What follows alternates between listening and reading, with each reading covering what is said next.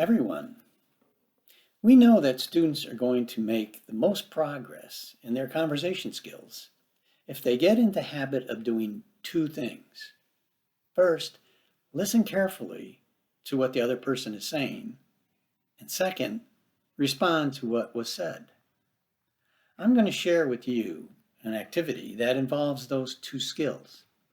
Some of you might be familiar with it, but I recommend that you listen until near the end of this video because I'll be describing two unique and very important parts to this activity that you may not have seen before.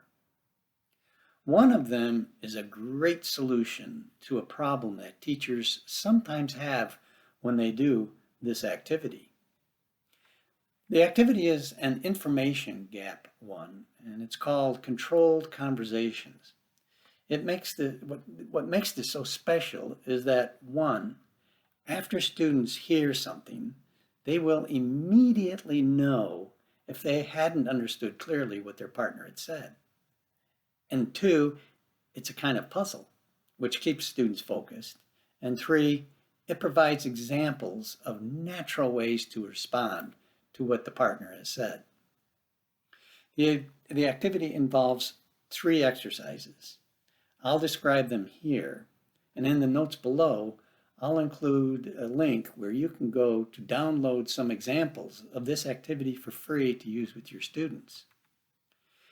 In exercise 1, we have a brief model that shows the students how they will carry out the main exercise, which is exercise 2. And as you'll see, this model is very simple and straightforward, and it takes less than 1 minute to do.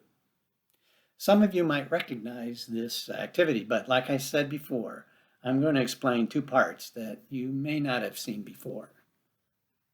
Here are the directions for exercise 1. You will read a dialogue with your partner, but you will see only your part of the dialogue. Listen to your partner and choose which sentences to say. Now this is important. When they do the main exercise, exercise 2, they will not see each other's paper. But for this model, we want them to understand how the activity works. So here they can see both student A and B's part. So student A starts and reads, "Hello." Then student B sees two choices. Today is Tuesday. "Hi, how are you?" And of course, B will say, "Hi, how are you?" And then A has two choices and naturally chooses, "Fine, thank you, and you?" And then B says, "I'm fine too, thanks." So now students clearly understand how they will do exercise 2. In this exercise, students are assigned a partner. One is given the handout for student A and the other is given student B. And as I had mentioned, they cannot see each other's paper. For exercise 2, there are 4 steps. Here is student A's paper. Step 1 is just like the model exercise 1. The directions for student A are: step 1, read line 1. Student B will choose a response and read it. Then you choose a response and read it, etc. Do not look at your partner's page. Student A reads line 1. "You look happy today." This is student B's paper. So, student A started by saying, "You look happy today." Student B has two choices. "Yes, I feel sick," or "Yes, I'm going to California." If B had understood A correctly, "You look happy today," then B will naturally respond with, "Yes, I'm going to California."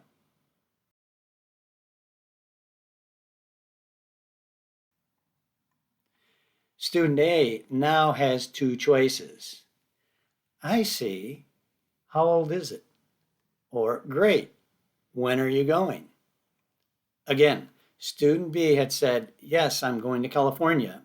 And if A understood correctly, he or she will choose, "Great. When are you going?"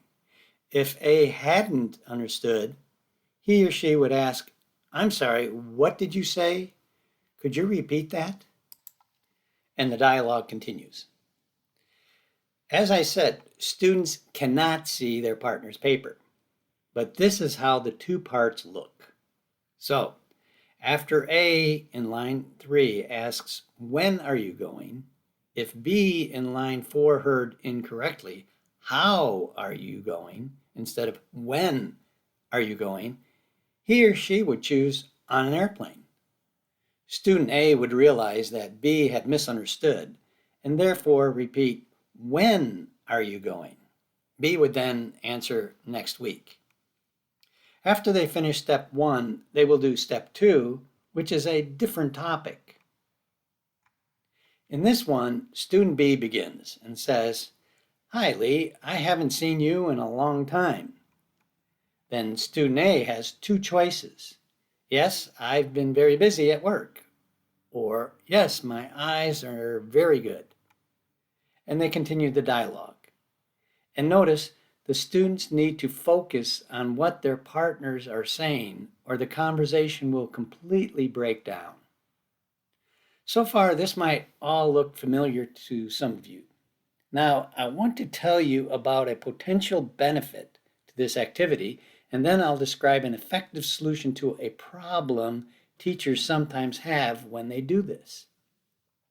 When they respond to their partner, they always give an understanding response. They don't just ask a question. So notice A doesn't just say, "When are you going?" Instead, A gives an understanding response called a rejoinder. "Great," and then asks the question. Notice they will say, "I see," "Great," or "Wonderful," or "That's nice," "Oh yeah?" These understanding responses let the other person know that we are listening and understand what was said. Now, I want to tell you about a problem teachers often have when doing this type of activity and how you can prevent it. As you can imagine, some pairs of students will finish the activity before others.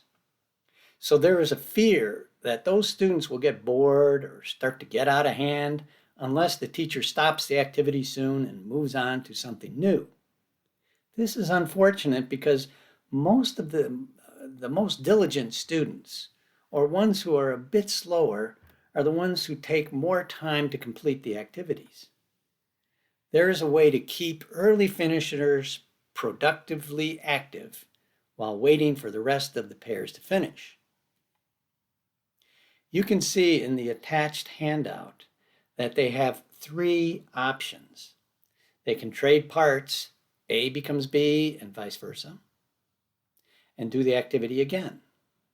I have found that the majority of students like to do this. They can discuss the questions that are included in number 3. That's their second option. And then the third option, they can talk about any topic that they want in English. These 2 steps completely reduce the stress that teachers can feel when they do this activity.